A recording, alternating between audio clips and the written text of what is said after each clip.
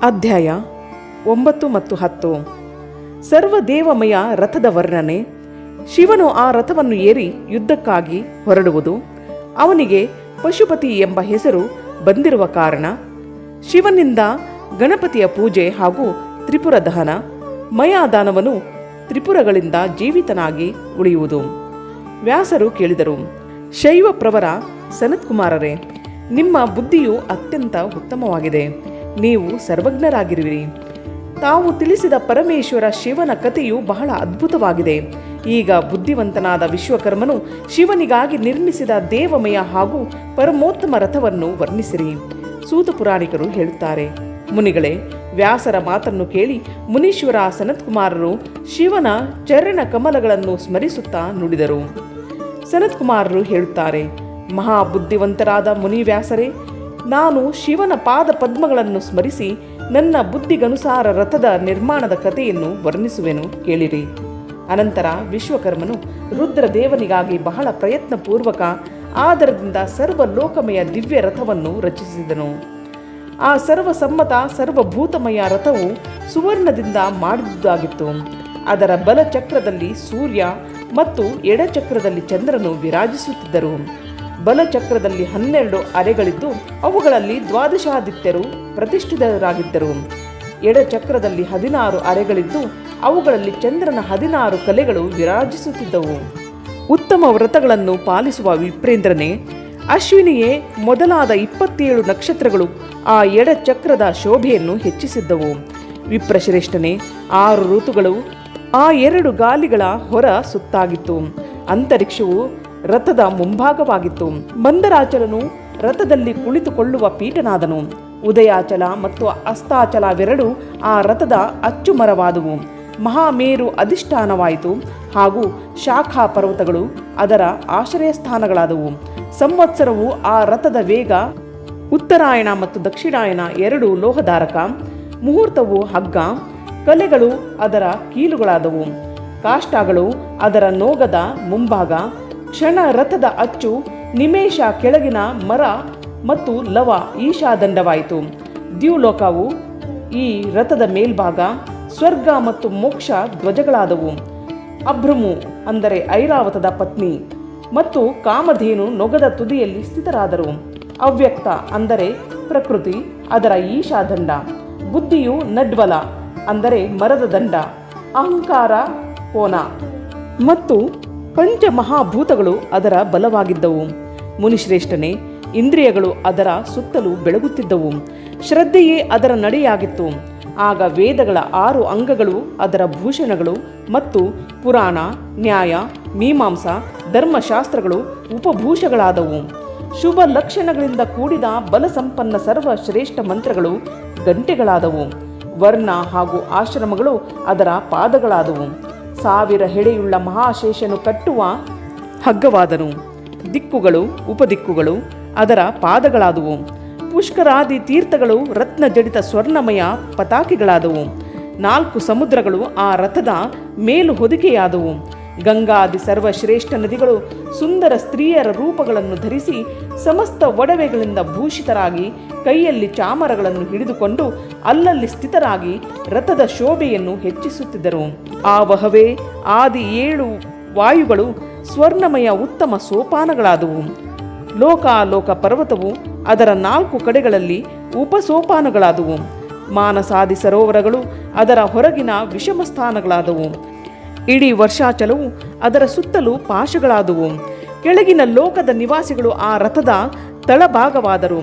ದೇವಾದಿದೇವ ಭಗವಾನ್ ಬ್ರಹ್ಮನು ಸಾರಥಿಯಾದನು ಮತ್ತು ಬ್ರಹ್ಮ ದೈವತ ಓಂಕಾರವು ಆ ಬ್ರಹ್ಮನ ಚಮ್ಮಟಿಗೆಯಾಯಿತು. ಆಕಾಶವು ವಿಶಾಲ ಛತ್ರದ ರೂಪವನ್ನು ಧರಿಸಿತು. ಮಂದರಾಚಲವು ಪಾರ್ಶ್ವಭಾಗದ ದಂಡವಾಯಿತು. ಶೈಲರಾಜ ಹಿಮಾಲಯನು ಧನಸ್ಸು. ಸ್ವತಃ ನಾಗರಾಜ ಶೇಷನೇ ಧನುಸ್ಸಿನ ಹೆದೆಯಾದನು. ಶ್ರುತಿರೂಪಿ ಸರಸ್ವತೀ ದೇವಿಯು ಆ ಧನುಸ್ಸಿನ ಗಂಟೆಯಾದಳು. ಮಹಾತೇಜಸ್ವಿ ವಿಷ್ಣುವು ಬಾಣನಾದನು. ಅಗ್ನಿಯು ಆ ಬಾಣದ ತುದಿಯಾದನು. ಮುನಿಯೇ, 4 ವೇದಗಳೇ ಆ ರಥಕ್ಕೆ ಹೂಡಿದ ಕುದುರೆಗಳು. ಅಳಿದುಳಿದ ಜ್ಯೋತಿಗಳು ಆ ಕುದುರೆಗಳ ಆಭೂಷಣಗಳಾದವು. ವಿಷದಿಂದ ಉತ್ಪನ್ನವಾದ ವಸ್ತುಗಳು ಸೇನೆಯ ರೂಪಧರಿಸಿದವು. ವಾಯುವು ವಾದ್ಯಗಾರನಾದರೆ ವ್ಯಾಸಾದಿ ಮುಖ್ಯ ಋಷಿಗಳು ಹೊಗಳು ಭಟ್ಟರಾದರು. ಮುನೀಶ್ವರನೇ, ಹೆಚ್ಚೇನು ಹೇಳಲಿ? ಸಂಕ್ಷೇಪವಾಗಿ ಹೇಳಬೇಕಾದರೆ ಬ್ರಹ್ಮಾಂಡದಲ್ಲಿ ಇರುವ ಎಲ್ಲ ವಸ್ತುಗಳು ಆ ರಥದಲ್ಲಿ ಕಂಡುಬರುತ್ತಿದ್ದವು. ಹೀಗೆ ಬುದ್ಧಿವಂತನಾದ ವಿಶ್ವಕರ್ಮನು ಬ್ರಹ್ಮ ಮತ್ತು ವಿಷ್ಣುವಿನ ಅಪ್ಪಣೆಯಂತೆ ಆ ಶುಭ ರಥವನ್ನು ಹಾಗೂ ರಥ ಸಾಮಗ್ರಿಯನ್ನು ನಿರ್ಮಿಸಿದನು. ಸನತ್ಕುಮಾರರು ಹೇಳುತ್ತಾರೆ, ಮಹರ್ಷಿಯೇ, ಹೀಗೆ ಅನೇಕ ವಿಧ ಆಶ್ಚರ್ಯಗಳಿಂದ ಕೂಡಿದ ವೇದರೂಪಿ ಅಶ್ವಗಳನ್ನು ಹೂಡಿದ ಆ ಮಹಾನ್ ದಿವ್ಯ ರಥವನ್ನು ಬ್ರಹ್ಮದೇವರು ಶಿವನಿಗೆ ಅರ್ಪಿಸಿದರು. ಶಂಭುವಿಗೆ ನಿವೇದಿಸಿಕೊಂಡು ಬಳಿಕ ವಿಷ್ಣುವೇ ಆದಿ ದೇವತೆಗಳಿಂದ ಸಮ್ಮಾನಿತನಾದ ತ್ರಿಶೂಲಧಾರಿ ದೇವೇಶ್ವರನನ್ನು ಪ್ರಾರ್ಥಿಸಿ ಬ್ರಹ್ಮದೇವರು ಶಿವನನ್ನು ಆ ರಥದ ಮೇಲೆ ಹತ್ತಿಸಲು ತೊಡಗಿದನು. ಆಗ ಮಹಾನ್ ಐಶ್ವರ್ಯಶಾಲಿ ಸರ್ವದೇವಮಯ ಶಂಭುವು ರಥ ಸಾಮಗ್ರಿಗಳಿಂದ ಕೂಡಿದ ಆ ದಿವ್ಯ ರಥದಲ್ಲಿ ಆರೂಢನಾದನು.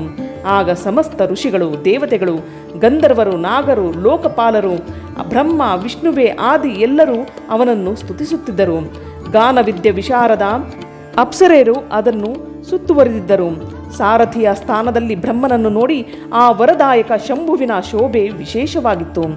ಲೋಕದ ಸಮಸ್ತ ವಸ್ತುಗಳಿಂದ ನಿರ್ಮಿತ ಆ ರಥದಲ್ಲಿ ಶಿವನು ಹತ್ತುತ್ತಿರುವಾಗಲೇ ವೇದ ಸಂಭೂತ ಆ ಕುದುರೆಗಳು ತಲೆಬಾಗಿದವು.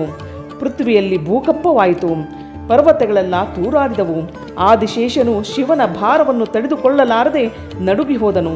ಆಗಲೇ ಭಗವಾನ್ ಧರಣೀಧರನು ಎದ್ದು ನಂದೀಶ್ವರನ ರೂಪವನ್ನಂತೂ ರಥದ ಕೆಳಗೆ ನುಸುಳಿ ಅದನ್ನು ಮೇಲಕ್ಕೆತ್ತಿದನು. ಆದರೆ ನಂದೀಶ್ವರನು ರಥಾರೂಢ ಮಹೇಶನ ಆ ಉತ್ತಮ ತೇಜವನ್ನು ಸಹಿಸಲಾರದೆ ತತ್ಕ್ಷಣ ಮೊಣಕಾಲುಗಳನ್ನು ನೆಲಕ್ಕೆ ಊರಿದನು. ಬಳಿಕ ಭಗವಾನ್ ಬ್ರಹ್ಮದೇವರು ಶಿವನ ಅಪ್ಪಣೆಯಂತೆ ಕೈಯಲ್ಲಿ ಚಮ್ಮಟಿಕೆಯನ್ನು ಹಿಡಿದು ಕುದುರೆಗಳನ್ನು ಎಬ್ಬಿಸಿ ಆ ಶ್ರೇಷ್ಠ ರಥವನ್ನು ಸರಿಯಾಗಿ ನಿಲ್ಲಿಸಿದರು. ಅನಂತರ ಮಹೇಶನು ಅಧಿಷ್ಠಿತನಾದ ಆ ಉತ್ತಮ ರಥದಲ್ಲಿ ಕುಳಿತು ಬ್ರಹ್ಮದೇವರು ರಥಕ್ಕೆ ಹೂಡಿದ ಮನಸ್ಸು ಮತ್ತು ವಾಯುವಿನಂತೆ ವೇಗಶಾಲಿ ವೇದಮಯ ಕುದುರೆಗಳನ್ನು ಆಕಾಶಸ್ಥಿತ ಆ ತಪಸ್ವಿ ದಾನವರ ಪುರಗಳ ಕಡೆಗೆ ಓಡಿಸಿದನು. ಮತ್ತೆ ಲೋಕಗಳ ಕಲ್ಯಾಣಕರ್ತನಾದ ಭಗವಾನ್ ರುದ್ರನು ದೇವತೆಗಳ ಕಡೆ ನೋಡಿ ಹೇಳತೊಡಗಿದನು, ಸುರಶ್ರೇಷ್ಠರೇ, ದೇವತೆಗಳಾದ ನಿಮ್ಮಲ್ಲಿ ಹಾಗೂ ಇತರ ಪ್ರಾಣಿಗಳ ವಿಷಯದಲ್ಲಿ ಬೇರೆ ಬೇರೆಯಾಗಿ ಪಶುತ್ವದ ಕಲ್ಪನೆ ಮಾಡಿ ಆ ಪಶುಗಳ ಆಧಿಪತ್ಯವನ್ನು ನನಗೆ ಅರ್ಪಿಸಿದರೆ ಆಗ ನಾನು ಆ ಅಸುರರನ್ನು ಸಂಹರಿಸುವೆನು. ಏಕೆಂದರೆ ಆಗಲೇ ಆ ದೈತ್ಯ ಶ್ರೇಷ್ಠರು ಸಾಯಬಲ್ಲರು, ಅಲ್ಲದೆ ಅವರ ವಧೆಯು ಅಸಂಭವವಾಗಿದೆ. ಸನತ್ಕುಮಾರರು ಹೇಳುತ್ತಾರೆ, ಮುನಿಯೇ, ಅಗಾಧ ಬುದ್ಧಿ ಸಂಪನ್ನ ದೇವಾದಿದೇವ ಭಗವಾನ್ ಶಂಕರನ ಈ ಮಾತನ್ನು ಕೇಳಿ ಎಲ್ಲ ದೇವತೆಗಳು ಪಶುತ್ವದ ಕುರಿತು ಶಂಕಿತರಾಗಿ ಅವರ ಮನಸ್ಸು ಖಿನ್ನವಾಯಿತು. ಆಗ ಅವರ ಭಾವವನ್ನು ಅರಿತ ದೇವದೇವ ಅಂಬಿಕಾಪತಿ ಶಂಭುವು ಕರುಣಾರ್ದ್ರನಾದನು. ಮತ್ತೆ ನಗುತ್ತಾ ಆ ದೇವತೆಗಳಲ್ಲಿ ಇಂತೆಂದನು. ಶಂಭುವು ಹೇಳುತ್ತಾನೆ, ದೇವಶ್ರೇಷ್ಠರೇ, ಪಶುಭಾವವು ಪ್ರಾಪ್ತವಾದಾಗಲೂ ನಿಮ್ಮ ಪತನವಾಗಲಾರದು. ನಾನು ಆ ಪಶುಭಾವದಿಂದ ಬಿಡುಗಡೆ ಹೊಂದುವ ಉಪಾಯವನ್ನು ಹೇಳುವೆನು, ಕೇಳಿರಿ. ಹಾಗೆಯೇ ಮಾಡಿರಿ. ಸಮಾಹಿತ ಚಿತ್ತವುಳ್ಳ ದೇವತೆಗಳಿರ, ಈ ದಿವ್ಯ ಪಾಶುಪತ ವ್ರತವನ್ನು ಪಾಲಿಸುವವನು ಪಶುತ್ವದಿಂದ ಮುಕ್ತನಾಗುವನೆಂದು ನಾನು ನಿಮ್ಮಲ್ಲಿ ಪ್ರತಿಜ್ಞಾಪೂರ್ವಕ ಹೇಳುತ್ತಿದ್ದೇನೆ. ಸುರಶ್ರೇಷ್ಠರೇ, ನೀವಲ್ಲದೆ ಇತರ ಪ್ರಾಣಿಗಳು ನನ್ನ ಪಾಶುಪತ ವ್ರತವನ್ನು ಮಾಡಿದರೂ ನಿಸ್ಸಂದೇಹವಾಗಿ ಪಶುತ್ವದಿಂದ ಬಿಡುಗಡೆ ಹೊಂದುವರು. ನೈಷ್ಠಿಕ ಬ್ರಹ್ಮಚರ್ಯವನ್ನು ಪಾಲಿಸುತ್ತಾ 12 ವರ್ಷ, 6 ವರ್ಷ ಅಥವಾ 3 ವರ್ಷಗಳವರೆಗೆ ನನ್ನ ಸೇವೆ ಮಾಡುವವನು ಅಥವಾ ಮಾಡಿಸುವವನು ಪಶುತ್ವದಿಂದ ಮುಕ್ತನಾಗುವನು. ಅದಕ್ಕಾಗಿ ದೇವಶ್ರೇಷ್ಠರೇ, ನೀವು ಕೂಡ ಈ ಪರಮೋತ್ಕೃಷ್ಟ ದಿವ್ಯ ವ್ರತವನ್ನು ಪಾಲಿಸಿದಾಗಲೇ ಪಶುತ್ವದಿಂದ ಮುಕ್ತರಾಗುವಿರಿ. ಇದರಲ್ಲಿ ಯಾವ ಸಂಶಯವೂ ಇಲ್ಲ. ಸನತ್ಕುಮಾರರು ಹೇಳುತ್ತಾರೆ, ಮಹರ್ಷಿಯೇ, ಪರಮಾತ್ಮ ಮಹೇಶ್ವರನ ಮಾತನ್ನು ಕೇಳಿ ಬ್ರಹ್ಮ ವಿಷ್ಣುವೇ ಆದಿ ದೇವತೆಗಳು ಹಾಗೆಯೇ ಆಗಲಿ ಎಂದು ಹೇಳಿದರು. ಅದಕ್ಕಾಗಿ ದೊಡ್ಡ ದೊಡ್ಡ ದೇವತೆಗಳು ಹಾಗೂ ಅಸುರರು ಭಗವಾನ್ ಶಂಕರನ ಪಶುಗಳಾದರು. ಪಶುತ್ವ ರೂಪಿ ಪಾಶದಿಂದ ಮುಕ್ತಗೊಳಿಸುವ ರುದ್ರನು ಪಶುಪತಿಯು. ಅಂದಿನಿಂದ ಮಹೇಶ್ವರನಿಗೆ ಪಶುಪತಿ ಎಂಬ ಹೆಸರು ವಿಶ್ವದಲ್ಲಿ ವಿಖ್ಯಾತವಾಯಿತು. ಈ ಹೆಸರು ಸಮಸ್ತ ಲೋಕಗಳಲ್ಲಿ ಕಲ್ಯಾಣ ಮಾಡುವುದಾಗಿದೆ. ಆಗ ಸಮಸ್ತ ದೇವತೆಗಳು ಹಾಗೂ ಋಷಿಗಳು ಹರ್ಷಮಗ್ನರಾಗಿ ಜಯ ಜಯಕಾರ ಮಾಡತೊಡಗಿದರು. ದೇವೇಶ್ವರ, ಬ್ರಹ್ಮ, ವಿಷ್ಣು ಮತ್ತು ಇತರ ಪ್ರಾಣಿಗಳು ಪರಮಾನಂದ ಮಗ್ನರಾದರು. ಆ ಸಂದರ್ಭದಲ್ಲಿ ಪ್ರಕಟವಾದ ಮಹಾತ್ಮ ಶಿವನ ರೂಪವನ್ನು ವರ್ಣಿಸಲು 100 ವರ್ಷಗಳು ಸಾಲವು. ಅನಂತರ ಸಮಸ್ತ ಜಗತ್ತಿನ ಒಡೆಯ ಶಿವೆಯ ಸ್ವಾಮಿ, ಸಮಸ್ತ ಪ್ರಾಣಿಗಳಿಗೆ ಸುಖವನ್ನು ಕರುಣಿಸುವ ಮಹೇಶ್ವರನು ಸುಸಜ್ಜಿತನಾಗಿ ತ್ರಿಪುರರ ಸಂಹಾರಕ್ಕೆ ಹೊರಟನು. ದೇವದೇವ ಮಹಾದೇವನು ತ್ರಿಪುರರ ವಿನಾಶಕ್ಕೆ ಹೊರಟಾಗ ದೇವರಾಜ ಇಂದ್ರನೇ ಆದಿ ಎಲ್ಲ ಮುಖ್ಯ ದೇವತೆಗಳು ಅವನೊಂದಿಗೆ ನಡೆದರು. ಪರ್ವತದಂತೆ ವಿಶಾಲ ಕಾಯರಾದ ಆ ಸುರೇಶ್ವರರ ಮನಸ್ಸು ಪ್ರಸನ್ನವಾಗಿತ್ತು. ಅವರು ಸೂರ್ಯನಂತೆ ಪ್ರಕಾಶಿಸುತ್ತಿದ್ದರು. ಅವರೆಲ್ಲರೂ ಕೈಗಳಲ್ಲಿ ಹಲ, ಶೂಲ, ಮಸಲ, ಭುಶುಂಡಿ ಹಾಗೂ ನಾನಾ ವಿಧದ ಪರ್ವತದಂತಹ ವಿಶಾಲ ಆಯುಧಗಳನ್ನು ಧರಿಸಿಕೊಂಡು ಆನೆ, ಕುದುರೆ, ಸಿಂಹ, ರಥ ಮತ್ತು ಎತ್ತುಗಳ ಮೇಲೆ ಹತ್ತಿಕೊಂಡು ನಡೆಯುತ್ತಿದ್ದರು. ಪರಮ ಪ್ರಕಾಶಮಾನ ಶರೀರವುಳ್ಳ ಮಹೋತ್ಸಾಹದಿಂದ ಸಂಪನ್ನರಾದ ಅನೇಕ ಅಸ್ತ್ರಶಸ್ತ್ರಗಳಿಂದ ಸುಸಜ್ಜಿತರಾದ ಇಂದ್ರ, ಬ್ರಹ್ಮ, ವಿಷ್ಣು ಮೊದಲಾದ ದೇವತೆಗಳು ಶಂಭುವಿನ ಜಯ ಜಯಕಾರ ಮಾಡುತ್ತಾ ಮಹೇಶ್ವರನ ಮುಂದೆ ಮುಂದೆ ಹೋಗುತ್ತಿದ್ದರು. ಎಲ್ಲ ದಂಡಿ ಜಟಾಧಾರಿ ಮುನಿಗಳು ಹರ್ಷಗೊಂಡರು. ಆಕಾಶಚಾರಿ ಸಿದ್ಧರು, ಚಾರಣರು ಪುಷ್ಪ ವೃಷ್ಟಿ ಮಾಡತೊಡಗಿದರು. ವಿಪ್ರೇಂದ್ರನೇ, ತ್ರಿಪುರರ ಕಡೆಗೆ ಪ್ರಯಾಣಿಸುತ್ತಿರುವಾಗ ಶಿವನ ಜೊತೆಗಿದ್ದ ಗಣೇಶ್ವರರ ಗಣನೆ ಯಾರು ತಾನೇ ಮಾಡಬಲ್ಲರು. ಆದರೂ ನಾನು ಕೆಲವರನ್ನು ವರ್ಣಿಸುವೆನು. ಯೋಗಿಯೇ, ಸಮಸ್ತ ಗಣರಾಜರಲ್ಲಿ ಶ್ರೇಷ್ಠ ಭೃಂಗಿ ಗಣೇಶ್ವರರು ಹಾಗೂ ದೇವಗಣಗಳಿಂದ ಸುತ್ತುವರಿದು ವಿಮಾನದಲ್ಲಿ ಆರೂಢರಾಗಿ ಮಹೇಂದ್ರನಂತೆ ತ್ರಿಪುರರ ವಿನಾಶಕ್ಕಾಗಿ ಹೊರಟರು. ಅವರೊಂದಿಗೆ ಕೇಶ, ವಿಗತವಾಸ, ಮಹಾಕೇಶ, ಮಹಾಜ್ವರ, ಸೋಮವಲ್ಲಿ, ಸವರ್ಣ, ಸೋಮಪ, ಸನಕ, ಸೋಮದೃಕ್, ಸೂರ್ಯವರ್ಚ, ಸೂರ್ಯ ಪ್ರೇಕ್ಷಣಕ, ಸೂರ್ಯಾಕ್ಷ, ಸೂರಿನಾಮ, ಸುರ, ಸುಂದರ, ಪ್ರಸ್ಕಂದ, ಕುಂದರ, ಚಂಡ, ಕಂಪನ, ಅತಿಕಂಪನ, ಇಂದ್ರ, ಇಂದ್ರಜಯ, ಯಂತ, ಹಿಮಕರ, ಶತಾಕ್ಷ, ಪಂಚಾಕ್ಷ, ಸಹಸ್ರಾಕ್ಷ, ಮಹೋದರ, ಸತೀಜಹು, ಶತಾಸ್ಯ, ರಂಕ, ಕರ್ಪೂರಪೂತನ, ದ್ವಿಶಿಖ, ತ್ರಿಶಿಖ, ಅಹಂಕಾರಕಾರಕ, ಅಜವಕ್ತ್ರ, ಅಷ್ಟಾವಕ್ತ್ರ, ಹಯವಕ್ತ್ರ, ಅರ್ಧವಕ್ತ್ರ ಮೊದಲಾದ ಅನೇಕ ಅಪ್ರಮೇಯ ಬಲಶಾಲಿ ವೀರ ಗಣಾಧ್ಯಕ್ಷರು ಲಕ್ಷ್ಯ ಲಕ್ಷಣದ ಪರಿವೆ ಇಲ್ಲದೆ ಮಹೇಶ್ವರನನ್ನು ಸುತ್ತುವರಿದು ನಡೆಯುತ್ತಿದ್ದರು. ವ್ಯಾಸರೇ, ಅನಂತರ ಮಹಾದೇವ ಶಂಭುವು ಸಮಸ್ತ ಸಾಮಗ್ರಿಗಳಿಂದ ಆ ರಥದಲ್ಲಿ ಸ್ಥಿತನಾಗಿ ಆ ಸುರದ್ರೋಹಿಗಳ 3 ಪುರಗಳನ್ನು ಪೂರ್ಣವಾಗಿ ಸುಟ್ಟು ಬಿಡಲು ಸಿದ್ಧನಾದನು. ಅವನು ರಥದ ಶೀರ್ಷ ಸ್ಥಾನದಲ್ಲಿ ಸ್ಥಿತನಾಗಿ ಆ ಮಹಾನ್ ಅದ್ಭುತ ಧನುಸ್ಸಿಗೆ ಹೆದೆಯೇರಿಸಿ ಅದಕ್ಕೆ ಉತ್ತಮ ಬಾಣವನ್ನು ಹೂಡಿ ರೋಷಾವೇಶದಿಂದ ತುಟಿ ಕಚ್ಚಿದನು. ಮತ್ತೆ ಧನುಸ್ಸಿನ ಮುಷ್ಟಿಯನ್ನು ಬಿಗಿಗೊಳಿಸಿ ಕಣ್ಣಲ್ಲಿ ಕಣ್ಣನ್ನಿಟ್ಟು ಅಲ್ಲಿ ಅಚಲ ಭಾವದಿಂದ ನಿಂತುಕೊಂಡನು. ಆದರೆ ಅವನ ಅಂಗುಷ್ಟದ ಅಗ್ರಭಾಗದಲ್ಲಿ ಸ್ಥಿತನಾದ ಗಣೇಶನು ನಿರಂತರ ಪೀಡಿಸುತ್ತಿದ್ದನು. ಅದರಿಂದ ಆ 3 ಪುರಗಳು ತ್ರಿಶೂಲಧಾರಿ ಶಂಕರನ ಲಕ್ಷ್ಯಕ್ಕೆ ಬಂದಿಲ್ಲ. ಆಗ ಧನುರ್ಬಾಣಧಾರಿ ಮುಂಚಕೇಶ ವಿರೂಪಾಕ್ಷ ಶಂಕರನಿಗೆ ಪರಮಶೋಭನ ಆಕಾಶವಾಣಿಯು ಕೇಳಿಬಂತು. ಆ ಆಕಾಶವಾಣಿಯು ನುಡಿಯಿತು, ಐಶ್ವರ್ಯಶಾಲಿ ಜಗದೀಶ್ವರನೇ, ನೀನು ಈ ಗಣಪತಿಯನ್ನು ಅರ್ಚಿಸುವವರೆಗೆ 3 ಪುರಗಳ ಸಂಹಾರ ಮಾಡಲಾರೆ. ಆಗ ಇಂತಹ ಮಾತನ್ನು ಕೇಳಿ ಅಂಧಕಾಸುರ ನಿಹಂತ ಭಗವಾನ್ ಶಿವನು ಭದ್ರಕಾಳಿಯನ್ನು ಕರೆಸಿ ಗಜಾನನನ ಪೂಜೆ ಮಾಡಿದನು. ಹರ್ಷಪೂರ್ವಕ ವಿಧಿವಿಧಾನಗಳಿಂದ ಕೂಡಿ ಅಗ್ರಸ್ಥಾನದಲ್ಲಿ ಸ್ಥಿತನಾದ ವಿನಾಯಕನ ಪೂಜೆ ಮಾಡಿದಾಗ ಅವನು ಪ್ರಸನ್ನನಾದನು. ಮತ್ತೆ ಭಗವಾನ್ ಶಂಕರನಿಗೆ ಆ ತಾರಕಾಪುತ್ರ ಮಹಾಮನಸ್ವಿ ದೈತ್ಯರ 3 ನಗರಗಳು ಸರಿಯಾಗಿ ಆಕಾಶದಲ್ಲಿ ಸ್ಥಿತವಿರುವುದನ್ನು ಕಾಣಿಸಿದವು. ಆ ವಿಷಯದಲ್ಲಿ ಕೆಲವರು ಹೀಗೆ ಹೇಳುತ್ತಾರೆ: ಶಿವನು ಸ್ವತಃ ಸ್ವತಂತ್ರನು, ಪರಬ್ರಹ್ಮನು, ಸಗುಣ ನಿರ್ಗುಣನು, ಅಲಕ್ಷನು, ಸ್ವಾಮಿಯು, ಪರಮಾತ್ಮನು, ನಿರಂಜನನು, ಪಂಚದೇವಮಯನು, ಪಂಚದೇವರ ಉಪಾಸ್ಯನು, ಪರಾತ್ಪರನು ಆದ ಪ್ರಭುವೇ ಎಲ್ಲರ ಉಪಾಸ್ಯನಾಗಿರುವನು.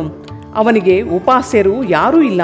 ಹಾಗಿರುವಾಗ ಎಲ್ಲರ ವಂದನೀಯ ಪರಬ್ರಹ್ಮ ಸ್ವರೂಪಿ ಆ ದೇವೇಶ್ವರ ಮಹೇಶ್ವರನ ವಿಷಯದಲ್ಲಿ ಅವನ ಕಾರ್ಯಸಿದ್ಧಿಗಾಗಿ ಇತರರ ಕೃಪೆಗಾಗಿ ಅವಲಂಬಿಸುವುದು ಉಚಿತವಾಗಿ ಕಂಡುಬರುವುದಿಲ್ಲ. ಆದರೆ ಮುನಿಯೇ, ಆ ದೇವಾದಿದೇವ ವರದಾನಿ ಮಹೇಶ್ವರನ ಚರಿತ್ರದಲ್ಲಿ ಲೀಲಾವಶವಾಗಿ ಎಲ್ಲವೂ ಘಟಿಸಬಲ್ಲದು.